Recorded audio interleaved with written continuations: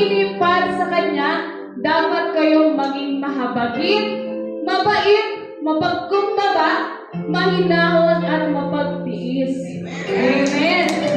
Dapat po na nasa atin po yung mga nandyan na nakalista.